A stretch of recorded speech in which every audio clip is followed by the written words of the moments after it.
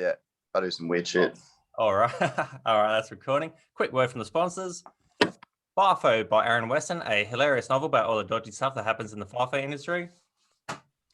Oh, that's available at Aaron Weston author, Instagram account, and Facebook page. For the kids, children's books by Aaron White on Facebook and Instagram. Australian mining machines, Australian paramedics, Australian firefighters, mining machines colouring in book, Australian surf lifesavers, Australian Defence Force machines, Australian police vehicles, all available at Children's Books by Aaron White on Facebook and Instagram. Just click on the link and grab yourself a copy. All right. Hi, everyone, and welcome to the Aaron White Show. Today we have a fantastic guest, Dave Fox. Dave represented Australia in America and Vietnam for Ninja Warrior. He's also a comedian, a musician, and a personal trainer. Welcome to the show, Dave. Thanks, mate. Thanks for having me. I'm excited. Yeah, that's one hell of an intro. Yeah, I thought you just did the Ninja Warrior thing, and then I started looking through your social media. I was like, God, this guy does a lot of stuff. Yes, I've kind of always been like that, like dabbling in heaps of different fields. So I like to keep myself busy. Otherwise, I go insane. No, copy that.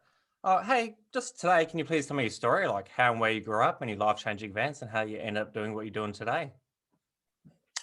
Yeah, mate. I grew up in Ocean Reef, so north of the river. Went to like Ocean Reef Primary, Ocean Reef High School.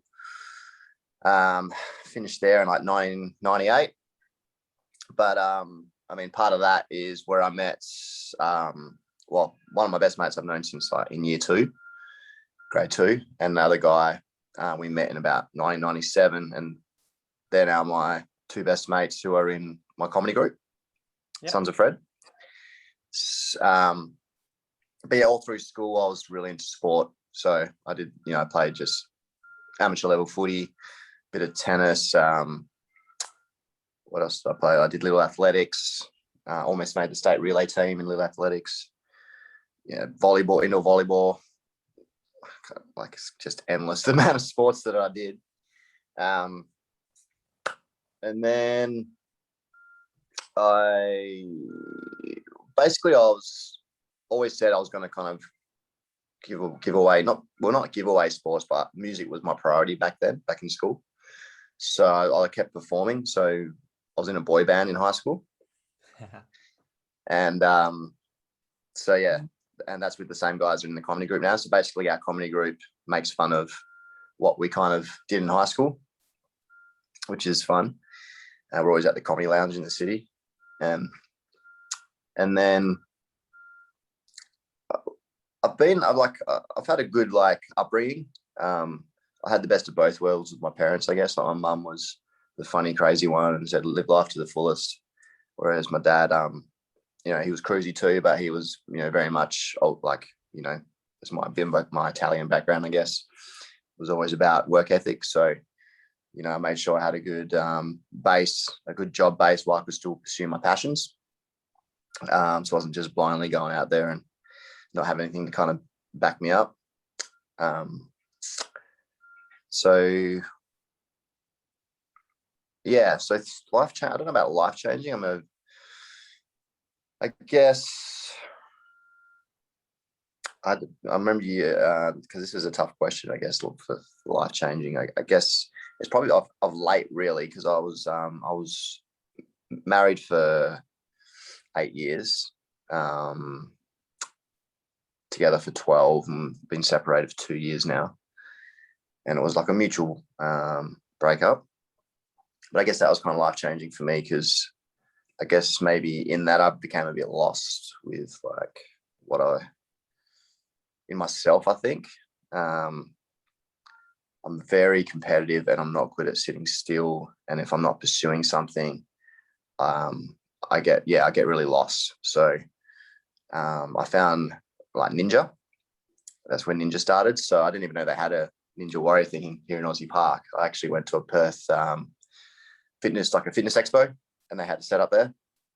And I was like, what is this? This looks amazing. So I had a little go on that, and I did all right, for my first go. I had a bit of background in calisthenics, so body weight, doing like muscle ups and human flags, and because I was just sick of the normal gyms.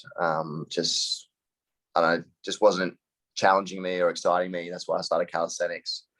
That got me really strong. And then doing that ninja, I think it was a year after they opened, I found out about them in that fitness expo. And then I went to the actual gym like the next week and I just melted. And I was like, this is like heaven. And that was about 4-ish years ago now where I started Ninja. And as with anyone that starts there, or if you've ever been there before, it's not about strength. I mean, it is, but you can't rely on that. It's a lot. You learn that it's a lot about technique, aerial awareness, grip strength, finger strength. There's like so many elements to Ninja that I think people don't realize until they actually do it. So we call them couch ninjas. A lot of people that watch the show, and they're like, I can do that. Those kind of, and then they come down and they get a good taste of reality, and some egos are hit pretty hard. I've learned a lot, and I've been coaching Ninja the last year as well, like coaching kids coming through, and I do group classes at Ninja Academy as well, and now I'm at Revo Fitness doing one-on-one training, and group classes are about to start as well. But Ninja obviously brought me some awesome opportunities. So I got to go to America twice, once in Atlanta, and the second one was in Connecticut. So that was just an amazing experience. Obviously over there, you're treated like superstars over there. Like if we're walking around, and as we do probably here as well in Australia, like if we see a playground, we'll probably start monkeying around or doing ninja stuff on random places around, just, whatever we see around outside. And if you do that over there, people like approach you and they're like, oh, you're a ninja warrior. Like they're just fully obsessed with it. And those guys are a good 8 years ahead of us as well. So they're, really up there. Although obviously we've come a long way here as well with some absolute superstars like Olivia and Ashlyn and Charlie and Ben, obviously, and who won the show last year. But yeah, just that experience was just amazing. Vietnam as well. I did okay over there. Made semi-finals over there. I think there was only about 10 that actually made stage 3, so it was a pretty tough get to that stage 3, and no one completed stage 3. So, and it's definitely different, having been around the Australian show as well. So the last 3 years I've gone over to support, because I haven't made the show, because obviously it's not always about your ability. Sometimes they like the backstories and stuff. This year I was offered to go on, but I had the bicep tear. So this last couple of years I've been really into my OCR racing, which has probably taken over Ninja a little bit. So like the True Grits, the Red Dust, which is the Perth-based one that started a few years ago. I'm an ambassador now for Red Dust, and they've got an awesome event coming up in October. So that's like there's a 5K, a 10K, a 15K. There's a team event, and True Grits obviously in October as well. NCL finals are also the same weekend. So it's going to be a hectic October. I just got back from South Australia doing True Grit over there as well, because I've been working really hard on my running with my good training mate, Tash. And she took out the women's. She got first, and I ended up coming 5th in the elite. So I was pretty happy with that. That was my first one back since my injury as well. So I'm super stoked with that result. Yeah, been talking a lot. Well, you've done heaps of stuff. How'd you actually get onto the show? Just because you're training at that Ninja training center up in Perth, did they just go advertise, hey, there's this Ninja Warrior thing, do you guys want to hop on? Or how'd you find out about that? Yeah, I guess the first couple of years, I think they probably were looking at more like people from Ninja Academy and things like that, and they obviously wanted everyday people as well. But just to kickstart the show, they wanted, I guess, people with some experience. But after the first 2 seasons, it definitely changed a lot to, I guess, TV ratings. Yeah. So yeah, a lot of people from different walks of life that do totally different things. Some, you know, I've got heaps of people come to Ninja for me to coach them because they got offered to do the trials for the show, but they've never done Ninja before. So you get a lot of people coming through like that. So it's interesting. People are like, oh, I better do some Ninja before I attempt the show. But there's always that core group of people that have been on, obviously seasoned people that keep getting called back. So I think if you do well and you have a bit of a personality and a good backstory, they do like to get you back, because obviously there's people that are watching that, I guess, like anything you get in, you not fall in love, but you get to know the people and you want to see them do well, like Livia and Ben and Ashlyn, all these people are really well loved in the community, and also it's by kids. You know, it's a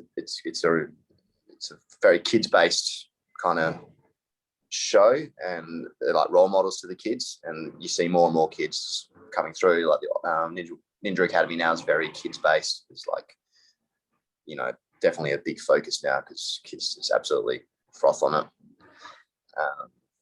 Yeah, they love it. I wish I had something like that when I was younger. No, it's pretty cool. Yeah, we had my 8-year-old, I think a couple of years ago. We were watching all that Ninja Warrior, and yeah, we're gonna take him down to the Flip Out just down here in Mandurah. So it's like a trampoline park, so you can do all the parkour, which is like a similar type of thing. So yeah, he got right into that. When you went over there, is it in a big warehouse, or is it all just out in like a big oval of the big obstacle course? Yeah, it's all out. It's all outside, which which can be weather permitting. So, you know, even if you do get on the show, you're not guaranteed to run, because if it is raining, they obviously have to wait till the rain stops and wipe all the obstacles down, and it can get a bit hectic in that sense. You know, I wish they'd have it here because we have the best weather. Yeah. Or maybe in Queensland, but they've had it in Sydney the first 2 years, and Melbourne for 2 years, and this year was back in Sydney. And the same with, well, actually in America they do a few indoor ones now, I think, which is awesome, which is a great idea. I was lucky enough to go and do a little bit of testing at the American one in LA. So I got to test some obstacles over there, which was a good experience. And that was at the Universal Studios over there, which is pretty sick. Cool. And also last year, I because I was already over there supporting, I did some testing as well on the obstacles. So that's kind of, if you don't get on the show, you can apply to test, and testing is kind of fun because it takes the pressure off a little bit. Because if obviously in the show, if you fall, you're out, and that's, I guess, the harshness of Ninja is there's no second chances. You know, there's something you could have done a million times, and if you're not focused, that's it. It's over. So it's a tough mental game as well as physical, because people can train for years and years. They get there, and then there could be an obstacle that is kind of impossible to train. You know, they'll come up with some weird balance obstacle or something like that is a bit of an element of luck. And some will get it, some won't. And, you know, there's years and years of training just gone because your foot slipped, or, you just didn't know how to tackle that obstacle. So I've had a lot of friends, I guess, struggle to get back into Ninja after failing or whatever. So, yeah, it's an interesting one, but it's fun. And the community is amazing and supportive and positive, and that's the main thing.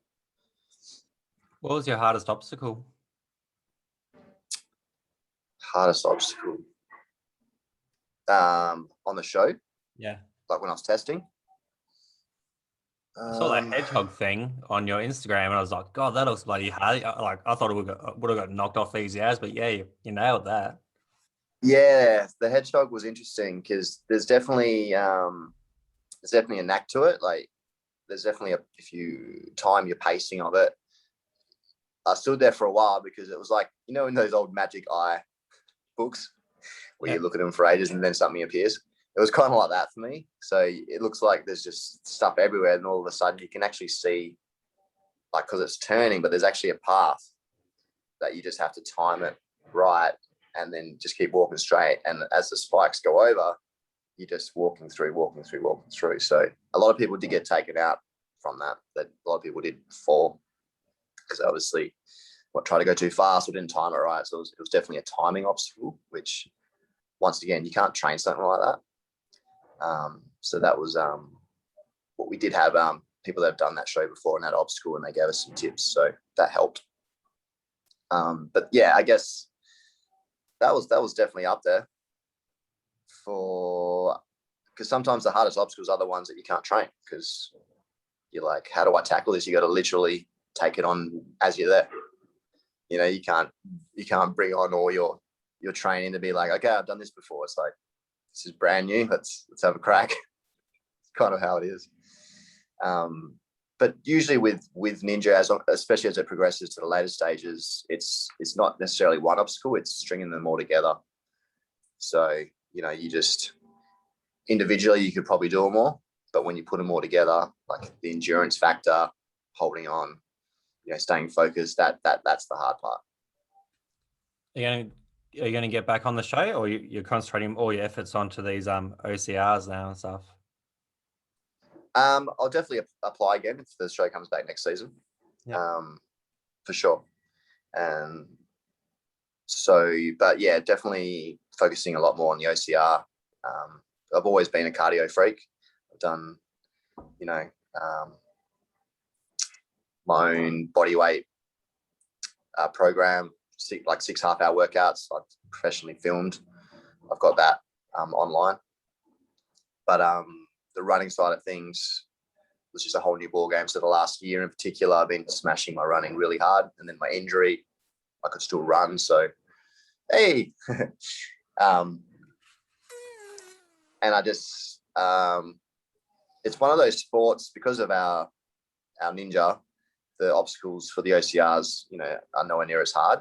So we basically just had to work on our running because we're quite quick through the obstacles.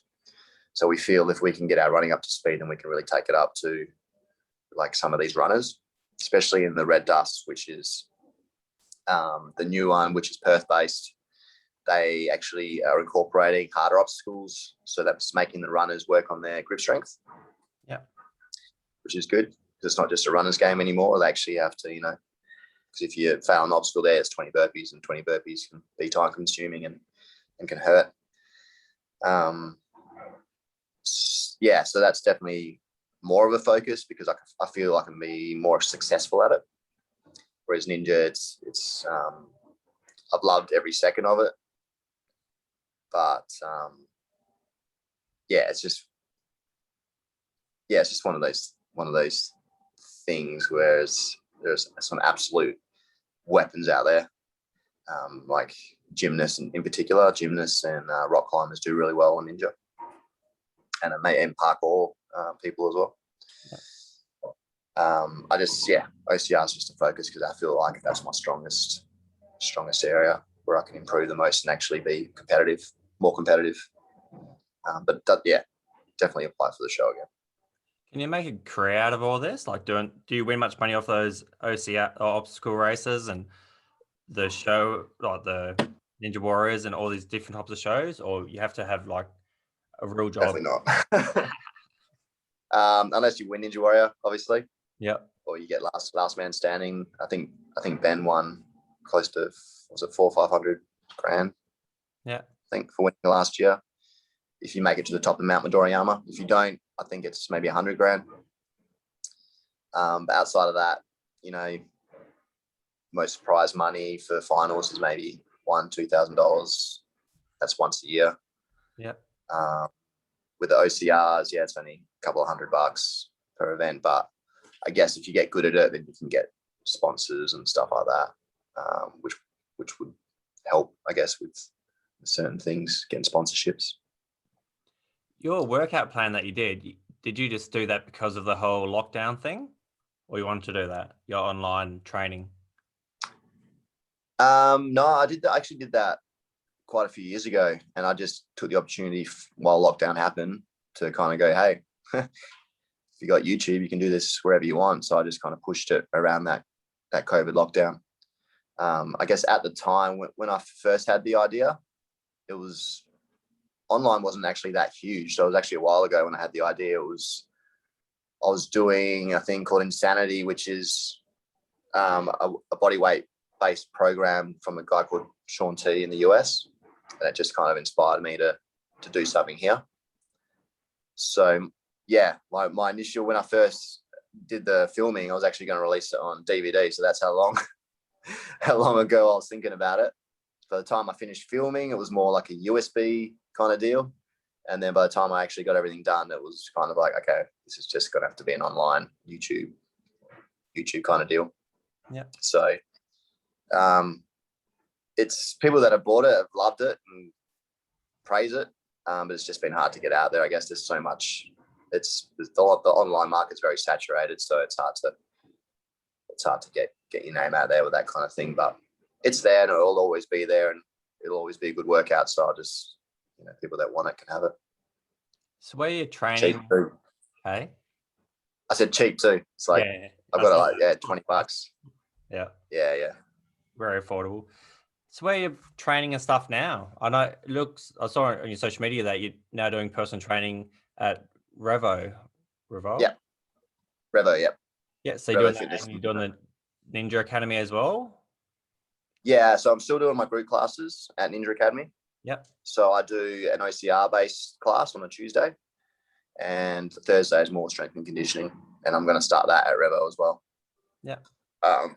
There's a lot of people that like training for those true grits, whether they do the elite and take it serious, or some people just love to go with, a team, group of friends, dress up, run through the mud and have a good time. But my training is, I guess, very running based now.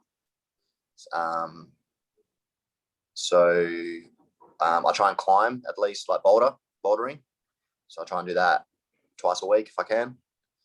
So that's just indoor rock climbing. And that just maintains my finger and my grip strength.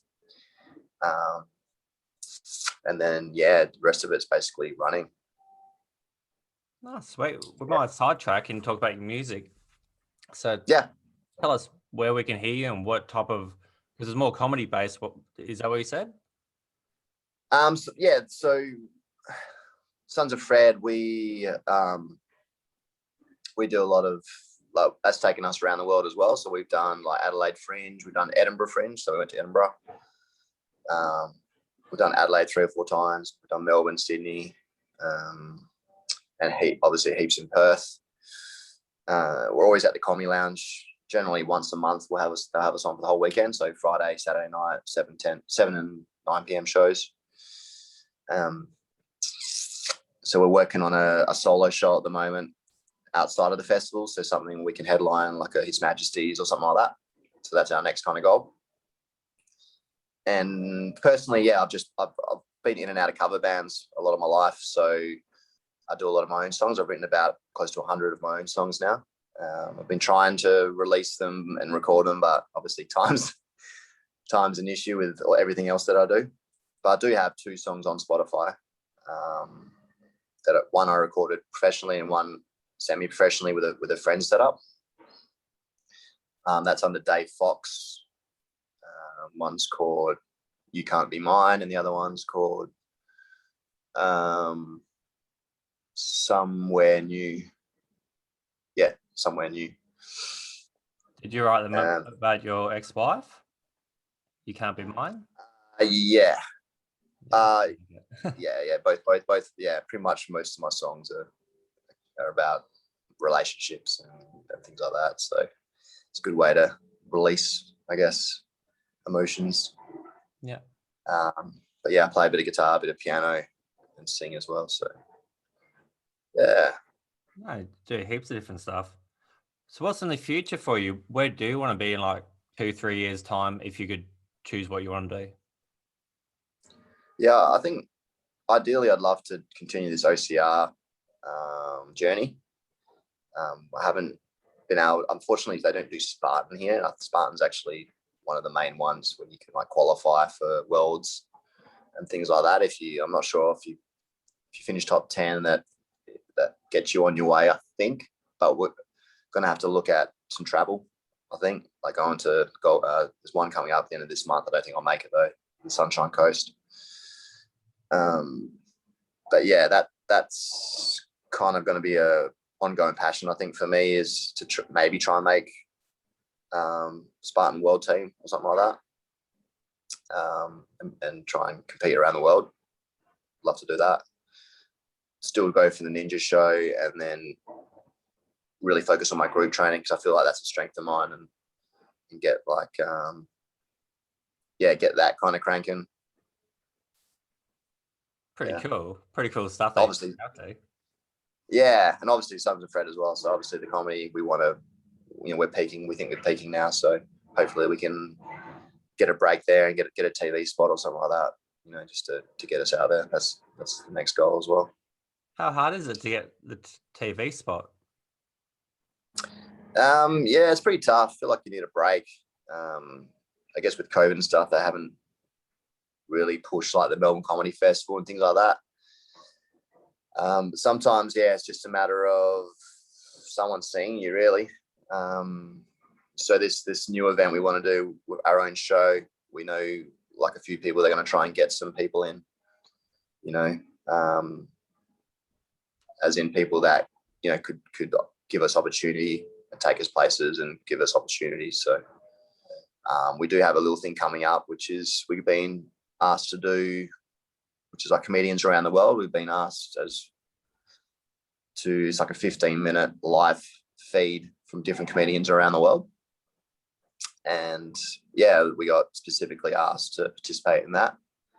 So pretty excited about that as well. So it's pretty sweet. So you're chucking lots of stuff up on like TikTok and YouTube and all that. Like, where can people see your comedy stuff if they can't make it down to the venues? There's bits and pieces of us on social media for sure. So probably mainly Instagram, Sons of Fred, SUNS of Fred. We got Facebook, TikTok's, I guess, more of a COVID thing for us. We went crazy. We wrote a few songs about COVID, but we don't have a lot of content on there because obviously we don't want to give away everything. So yeah, we always recommend people just to come along because it's regardless of if we're on or not, it's always a good night at the Comedy Lounge. Yeah, they definitely want to pop down and do one of them one day. Sweet. What else do you want to talk about? Anything else on your mind that you're up to or want to do or have done? Yeah, not really. I guess you learn along the way. You can't do everything. I've had people say to me like, what if you just focused everything on one thing? Maybe you'd be like really successful at that. But I wouldn't change anything. I just love trying new things and different challenges. And I guess I get a little bit bored if I'm just always doing the same thing. Yeah. So athletically, it's good to focus on one thing. So that's why I'm like more OCR. Yeah. And then musically is more the comedy. So they're the two things that my main focuses at the moment to get those really happening so that I can just kind of live that life. If I can be a PT, a comedian, which I've just started living last year, then that's it. That's what it's all about. Nice. I was listening to another podcast the other day. It wasn't Bad Joyce calling it. I think it was School of Greatness or whatever, that Lewis Howes. I think that's wrong anyway. But it was one of those guys basically he's trying to change the whole idea of success, because everybody looks at success as like a monetary value. But he's like, I think the real thing of success is like happiness, your happiness level. If you're like, because the thing is, if you die tomorrow, like as everyone says, if you've been living your purpose, been living like in a happy state, that's way more successful than, yes, I've worked my ass off, grinded all these years, and I've had millions of dollars in the bank account, but I haven't actually like been happy the whole time.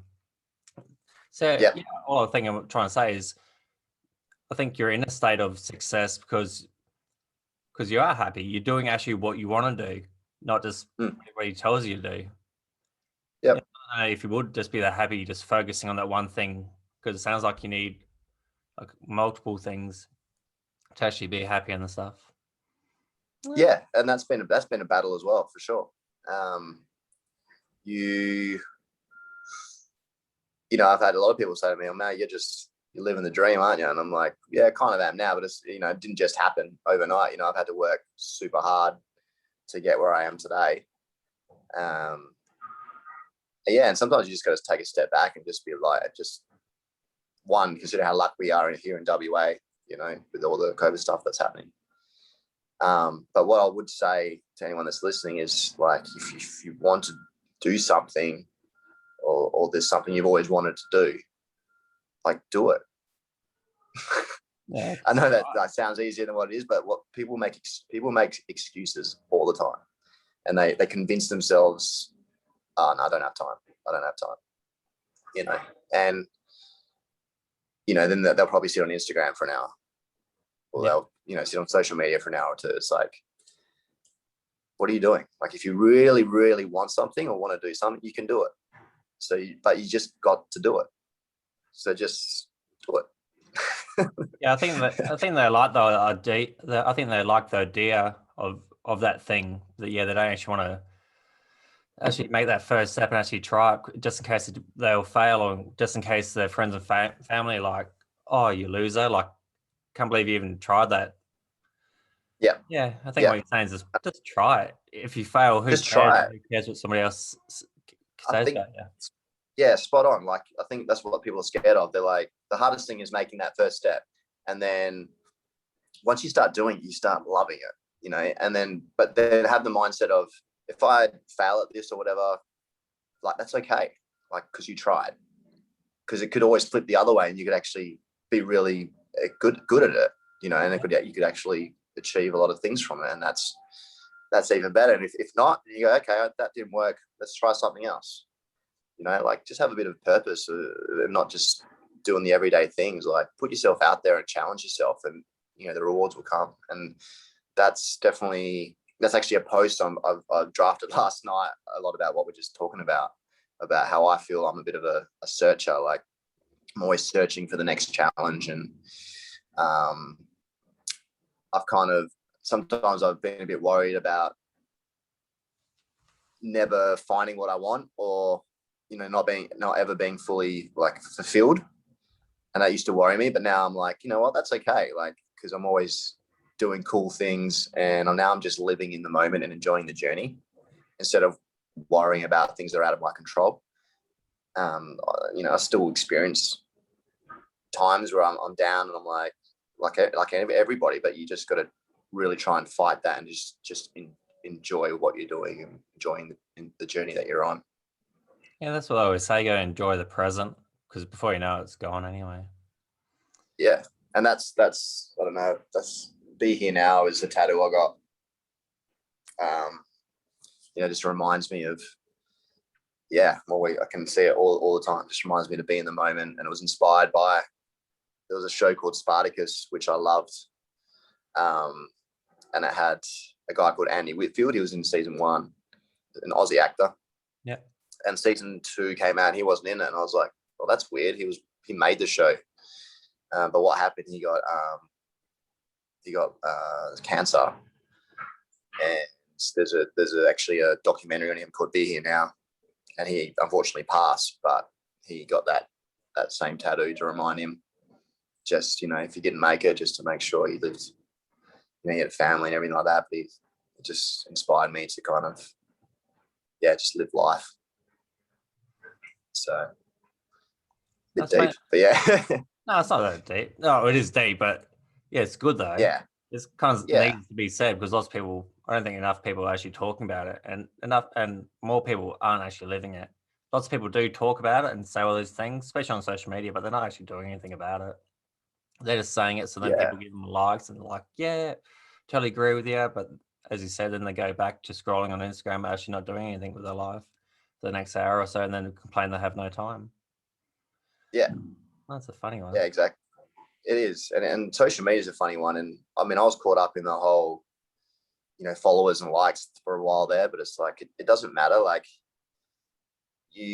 whatever I post, if people don't like it, like, that's fine. Yeah. You know, I'm about posting for the people that follow me and like what I do. So I don't care if there's one follower or a million followers. You know, it's about inspiring the people that like what you do. Yep. You know, and a lot of people, I think, like you said before, they're like, oh, if I do this, someone might think I'm an idiot, or someone might think I'm a loser, or you know, like, oh, you can't do that. Like, you just got to try and shake that mentality and just, you know, not all of those people, but some of those people are just jealous that you're doing something and they're not. Yep. 100% Yeah. big time. Yeah, that's Yeah. the thing. There's wish that they were doing it, so they're hating on you just because they're Yeah. not doing it themselves. Yeah. That's so true. Yeah. All right. Well, I think we're approaching the end of our time. No Where can worries. people find you online? You might as well give yourself a big shout out Yes. for the different things. Yeah. So I'm Dave Fox Ninja on Instagram. Sons of Fred as well, SUNS, Instagram and Facebook. Yeah, that's pretty much. Your TikTok? Yeah, if you want to see some silly stuff, I'm Dave Fox on TikTok. I do have a comedy page on my profile, my Insta page. I've got Dave Fox Music, Dave Fox Comedy, Sons of Fred, obviously. So you can see all those links on my Instagram profile if you want to follow. Because, you know, even with my comedy, my solo comedy, it's a bit weird, but you know, I've only got like 100 followers. It's like those people love it, and that's all that matters, you know. And like, I don't get embarrassed or ashamed of what I like to do. It's, if I'm making one person laugh, then, you know, that's made their day. That's made my day. That was true. It made me laugh this morning before we linked up for the show. I was watching your TikToks. What if they want to work out with you? Where can they hook up with you? Yeah, definitely. So I'm at Revo Fitness in Scarborough. So I've got quite a few openings at the moment because I'm just moved there. So I've got opening specials of first 5 sessions are half price.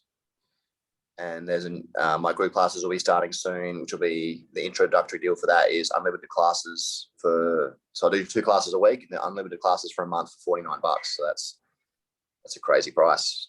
But yeah, they can hit me up on Insta to get in for those 1-on-1 or 2-on-2 or the group stuff.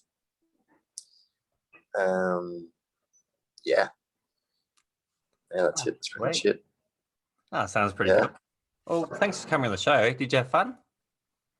Yeah, mate. Yeah. No, thanks for having me on, man. It's good. You know, just love to spread positivity and just the other good thing is to try and surround yourself with the people with the same, you know, mindset as you and positive people, and that actually brings out more in you, and you know that they're the people that you want to be around. Oh, that's it. It's a massive one. I think the coffee's wearing off, but yeah, totally agree with what you just said. Time for a nap after this. Yeah. Not really. I got to have some pre-workout, go to the gym. Oh, might as well wrap up there. I'd like to thank Dave again for coming on the show, and I'd like to thank you, the listener, for listening. Please tell a friend about the podcast and have a fantastic day. All right, bye.